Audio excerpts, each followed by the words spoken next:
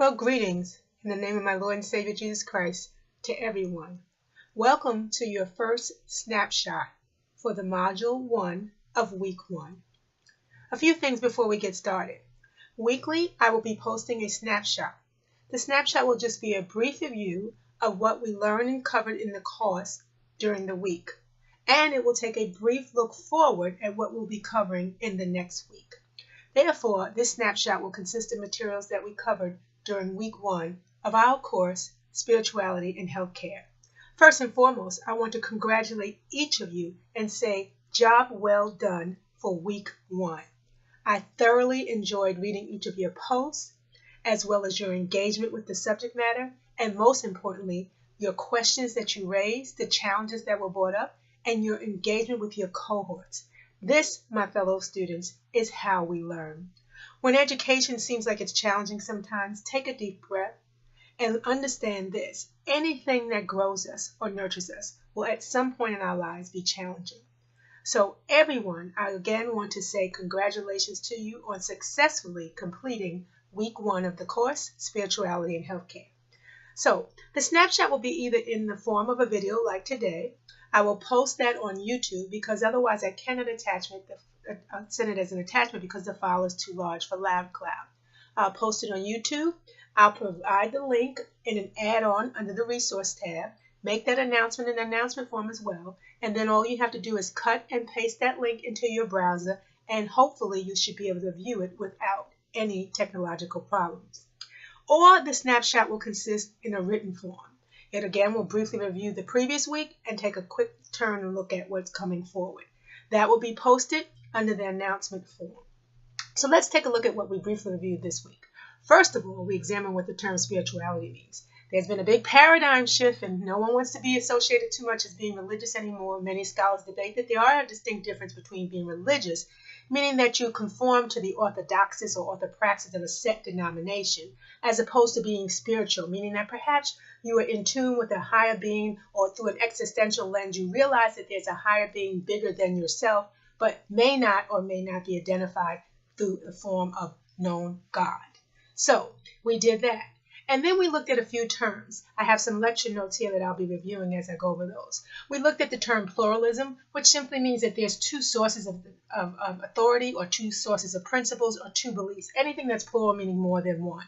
We looked at the term scientism. That simply means that we acknowledge that science does provide us valuable information, and it does give us some truth, but it's not the absolute truth, meaning that science does not have all of the answers, as Shelley and Miller stated, to all of the meanings of what life is. We looked at relativism. We've all heard the term, it's all relativism. Relativism really means that there's a thought or belief behind this philosophy that there is no such thing as an absolute truth.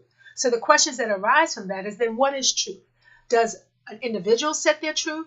Does a culture set their truth? Does a denomination or a faith group set truth? What is truth? So relativism says it's all relative, meaning that it's subjective in matter because there is no quote-unquote absolute truth. And the final term that we looked at, I think, was called spirituality, and we actually looked at that. We also talked a little bit about more about your personal worldview, and I'll be reviewing those in your papers, which I totally look forward to reading. One of the things that you had in your DQ, which seemed to present some challenges, but everyone did an excellent job, was looking at and comparing and contrasting what a modern Western worldview says as opposed to what a postmodern Western worldview was. And in DQ2, I think you were asked to then say, after you were able to distinguish the distinct differences between each two, which one did you most affiliate with, if any? Or, as many of you learned, you affiliated a little with both. Let's take a quick look at the modern Western worldview. One of the distinct differences about the modern Western worldview is that they acknowledge that there is biblical principles that it was grounded in, and therefore they acknowledge that there is a God. So God has been identified in the modern Western worldview. Also, during this worldview, there was this rise of secularism. When secularism came in, through that lens, the rise of secularism began to, what we say, distance God out of the picture. And many people began to believe that that Christianity was the problem for this. And so with secularism, God became more distant or as Shelley and Miller put it in their argument, God was distanced from the public forum. And so that rise of secularism is what began to move us towards what we call the postmodern worldview. But a quick thing also is dualism, which many of you posted in your replies. Dualism was a big school of thought during the Western modern worldview, meaning that there was this idea that what existed was in two forms: good versus evil, sin versus not righteousness. And so that school of thought began to diminish and erode as we now go towards the postmodern worldview. So what's some distinct differences between the postmodern worldview? Well, the first thing is that there's an acknowledgement that there is a spiritual being. Again, this may be an existential philosophy or ideology, meaning that that spiritual being is not identified necessarily by the name of God, but that there's a higher matter than self. And that higher matter than self moves or exists in the form of a spiritual being. Again, there was that move away from God in the post-Western worldview, and saying that Christianity presented the promise for that. So there's this move that people want to be more in touch with their spirituality, and thus was the birth of the postmodern worldview. Another main difference in the postmodern worldview is that there's this understanding that energy exists, that matter is energy, and that we are balls of energy. With that, there is a distinct difference that energy is non-religious affiliated. Again, perhaps through an existential lens, one might believe that there's somebody higher than them, but they don't necessarily connect that higher being to a religious being as it was in the Western modern worldview.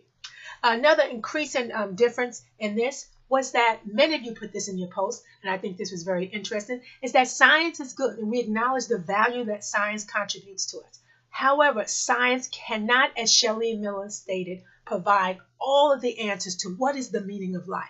We're still left with those answers. What is the meaning of life? And some of that will be addressed in your personal inventory worldviews, again, which I look forward to reading.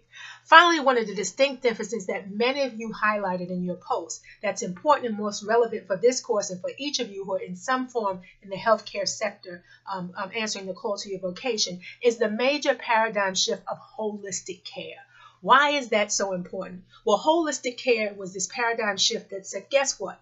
Individuals are not a separate mind. Individuals are not a separate spirit, and individuals are not a separate set of emotions.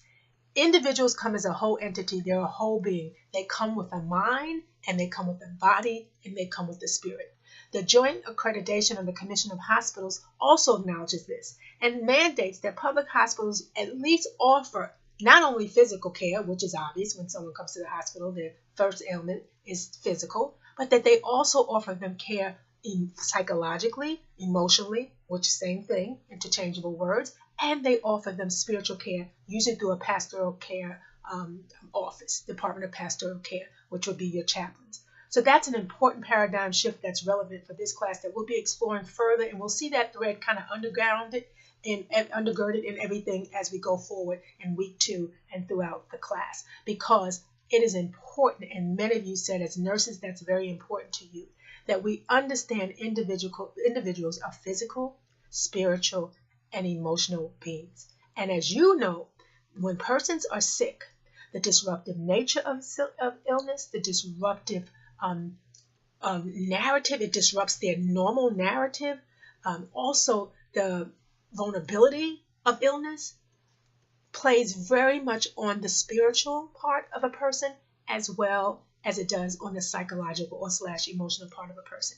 And that is also how the disease can manifest itself further. Much science has been done in this, and it's continuing to be done in this to explore how does a person's spirituality and how does a person's psychological state of mind affect their physical state, their body. How does the broken body respond to sickness through not just a physiological lens, but through a spiritual lens as well. I think that's predominantly what we covered during week 1. As we look forward towards week 2, one of the things we're going to be doing, I'm going to look right at the syllabus real quickly so that I can give you the title verbatim. It says that we'll be looking at theological anthropology, the study of man, and pneumonology of the disease of illness. Pneumonology just simply means that we'll be looking at the consciousness or the awareness of illness. There are 3 objectives there for you to read. I highly encourage you to read the syllabus. I don't need to read those to you verbatim. But one of the things we'll look at is the dignity of life and the dignity of death. And what does that mean? Medicalization of care. You know, I'll talk a little bit about a wonderful resource that I'd like you to get, if optional, of a book called Medicine as Ministry. And it's written not only by a physician, a medical doctor, but she's also a theologian as well. And she looks at the broken body and says, what has the insidious nature of the United States been, that we're so concerned with technology and the medicalization of care that we forget that people are human beings, and has our insidious nature to be inclined towards technology and prolonging life as much as possible. And that can be understandable when you're a family member or a person actually facing the end of life questions. But as that prolonging of life, have we shifted into what she calls idolatry of technology, or idolatry of the medicalization of care? And the final objective we'll be looking at is the physical and psychological and spiritual health of an individual. A few housekeeping issues that won't be in every snapshot. This snapshot is much longer, I promise, than any snapshot will usually be, but it's the first one and I want to be as thorough as possible. Secondly, a few students have voiced some concerns about their postings. Just read the materials. You're all doing fine so well. Please do not grow weary in well-doing. In due season you shall reap the reward. Again, I'm looking for thorough posts. I did post a rubrics under the add-on tabs. Please review that rubric that talks about what substantiated posts mean as opposed to opinionated posts. Because what happens, along with myself, when we want to have an opinion, we have to support that opinion with what others say, others meaning scholars say about that. Because then we can say that here is some resources or here's some references that support, I think, I believe, I infer, then we're able to then better accept that opinion, and it's not just a statement right off the top of our head. You are all doing fine. I encourage you to hang in there. It is my first time teaching an online class as opposed to a ground class. So I too am getting acclimated. I'm learning the nuances of Loud Cloud, which is quite amazing to me. But I'm thoroughly enjoying the engagement. And I thank each of you for taking the time who responded to CAT. CAT is optional, but I do highly encourage you because I will be looking at that in the final grade. But thank you each for being present in the present. We're not able to be with each other in a physical sense, but this vicarious nature, thank God, of technology allows us to be present in the present as best as possible. I look forward to your papers. I look forward to reading your future posts. I look forward to each of you doing successful in this class. Give yourself a chance. Everyone is doing well. I hope you will enjoy this class, that it will be beyond an academic challenge, but that it will nurture your heart, your mind, and soul as you go forth in your very, very important prospective vocations where you're serving the vulnerable, the sick, and the ill. That is pretty much it for this snapshot. Again, I apologize for the length. They will not be this long. I want to wish each of you a very holy Sabbath day. Regardless of how you celebrate it, may you enjoy the peace, the joy, and the love of Christ. So I leave you with this blessing. May the Lord bless you and keep you. May the Lord allow his face to shine upon you and be gracious to you. May our gracious Father lift up his countenance upon you and give you all each his peace. I want to say have a great week, and I look forward to engaging with you this week. Peace, prayers, and blessings. Professor Brown. Bye. Peace.